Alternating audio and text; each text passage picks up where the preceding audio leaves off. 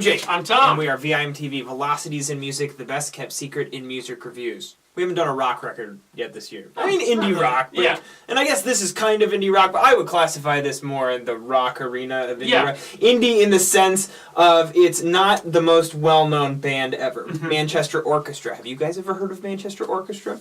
We've heard of them, but we haven't really dabbled in former reviews of Manchester Orchestra albums. This is their fourth album entitled Cope, which we will review for you now. And it's worth noting that this is not an orchestra from Manchester. No. No, not at all. This is not a classical review. No, and actually, it's surprisingly easy to Google.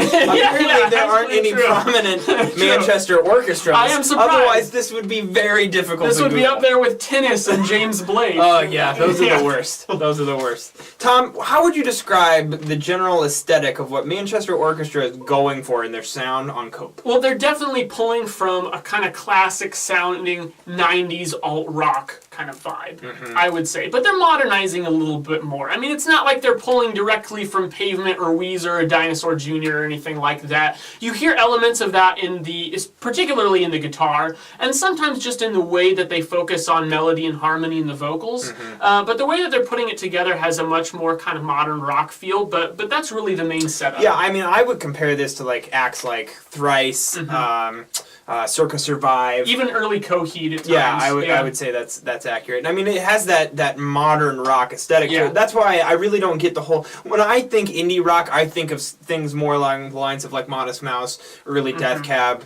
Pavement, things like that. I don't think Manchester Orchestra, because, I mean, the thing about Cope is that, if you go and read a little bit about how they came about making this album, they wanted to make an album that was just balls to the walls rock from the moment you turn it on to the moment. Which is really never the indie mindset. No, that is counterproductive to the indie mindset. The indie mindset, to me anyways, is all about going for, quality over quantity. Subtleties. And it's not that these guys don't have that. There's certainly a lot of subtleties going on here, which we can get into in a minute. But then the first thing I want to note is that this is a 37-minute album. I think there's, 11 tracks on this sucker? Yep, 11 tracks, ending with the self-titled track.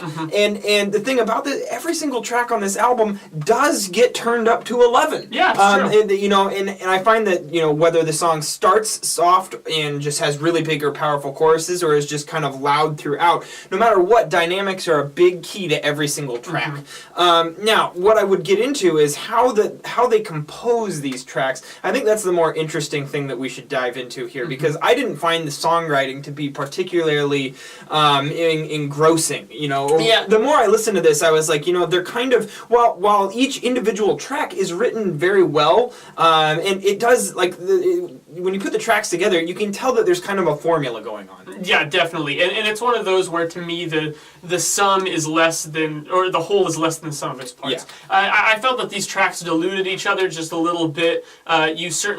Because they all accomplished a very similar thing, a very similar goal in terms of mood, in terms of songwriting and style. Ideas. I mean, they really covered the same idea when it gets down to it. So naturally, you're going to gravitate towards certain tracks that do that better when there are other tracks that are trying to do the same thing, only not quite as well. I'm sure you have favorites and I have favorites. Those might not necessarily align. And actually, I did notice that. You picked a couple tracks in the middle, All That I Really Needed and Trees. That, to me, was kind of in the middle of the section of the album that really lagged. I found that track 5, The Ocean, through track 9, Indentions, really just kind of was like, just went over my head. I didn't find much in there to be very memorable. I found more of the beginning of the album to be memorable, kind of in the first 3 or 4 tracks.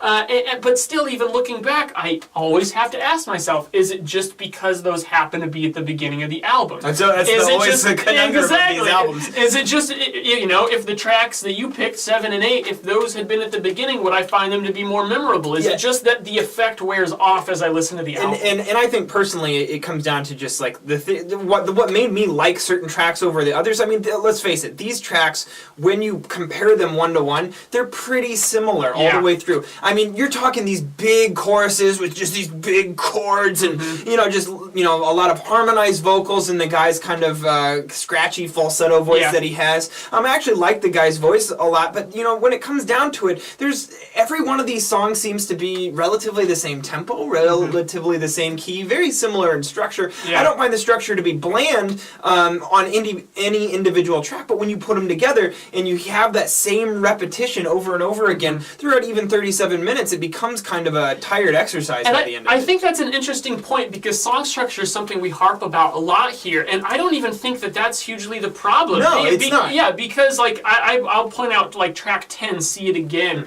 That song is actually a song that really develops, it progresses. It doesn't have a lot of repetition, but even if you're not going A, B format, if you're going A, B, C, D, I'm not talking about notes, I'm talking about parts of the song. If you're taking that kind of progressive structure, if you're still filling in those slots with things that sound like things you've already heard on the album, then the song structure being progressive really doesn't matter. Yes, and that is a great point for most of the things that are going on in this album. Now, in the opening track, Top Notch, one of the couple tracks that we agree on here. I was really impressed by the intensity that the vocalist was able to put in, by some of the things that the guitars were able to accomplish. However, I feel like this band plays all of their hand, within the first couple tracks. I mentioned to you, Tom, that track 3, Girl Harbor, which is one of the more optimistic sounding tracks, has a huge chorus, is very, very, very, very similar to track 9, Indentions. And I feel like these guys just were in the hopes of making an album that rocks out. They kind of sacrificed an integrity of the actual songwriting of really what is important in music is doing something original, making ideas and putting those ideas to music and conveying an artistic message. I feel like that somewhere got lost in the mix, because quite honestly, you could accomplish in like 3 or 4 songs in a 3 or 4 song EP, you could accomplish what this did in 37 minutes. Yeah. So I really think that yes, you may have your favorite tracks on this album. You may have your favorite. I may have my favorite tracks. But in the end, this album only is going to give you a few tracks, and you're going to probably throw the rest away. I don't like albums that do that. It frustrates the hell out of me, because I'm into a cohesive listening experience. I don't think Cope accomplishes that. I agree, and this is right on the cusp for me of being kind of on the edge of what I consider to be an album that's more good than bad, and an album that's more bad than good. I still enjoy this album overall. When I put it on, my ears don't bleed. I don't just pray for it to end, but I'm also just not very engaged. I'm not very interested. Right. And I think that if it wasn't for the fact that I think that they pull off the sound pretty well, and they are obviously good instrumentalists, they can write catchy melodies. If it wasn't for those redeeming qualities, then this would be a lot lower. Yeah, then this would be an album that I would say is more bad than good. I don't think it's quite there, but I also think that there'd be a lot they'd have to really pay attention to at least get my interest a little more. Still though, I found myself liking a few of these tracks, and I could see myself putting these tracks, a couple of my favorite tracks on this album, in a playlist and enjoying them in the future, and thinking back and going, wasn't that such a bad album? Yeah. So because of that, I'm gonna go 69 on I'm going 67. So 68 from Velocities in Music. That's the mark of an album that we probably wouldn't recommend to you guys unless you're really into this aesthetic or are familiar with Manchester Orchestra.